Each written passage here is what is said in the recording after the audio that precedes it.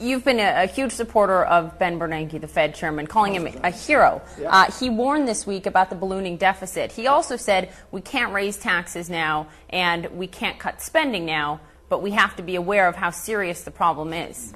Your take on that? Well, I wrote an article a year ago and said the same thing then, but we certainly shouldn't raise taxes on anybody except the very rich. I think we should raise taxes on the very rich, and I think maybe we should cut taxes for the middle class, upper middle class, lower middle class. Cut them more than the Bush tax cuts?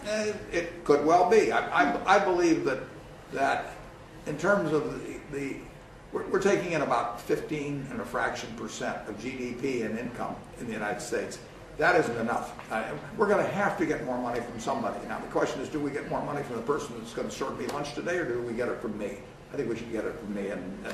And I have a lower tax rate, counting payroll taxes, than anybody in my office, and I don't have a tax shelter. I just I just go take the form and fill out the numbers. And I think that's very wrong. And I think that if we're going to get money, and we're going to need money, I mean, we are not taking in enough money at the federal government level. And there's spending cuts to be done, I'm sure of that, but we need more revenue too. And, there's only a few places to get it. You get it from corporations, or you get it from individuals. And there's, if we're going to get it from individuals, it shouldn't be the bottom 98%. It should be more from people at the top. But can you raise taxes right now or not extend the Bush tax cuts on the wealthiest Americans and be sure that it won't affect the prosperity of American businesses right now? Because that's the argument on the other side. Well, if you get $100 billion more of taxes, just pick a number, from people like me at the top, it means you borrow $100 billion less out of the economy. Somebody's going to come up with $100 billion.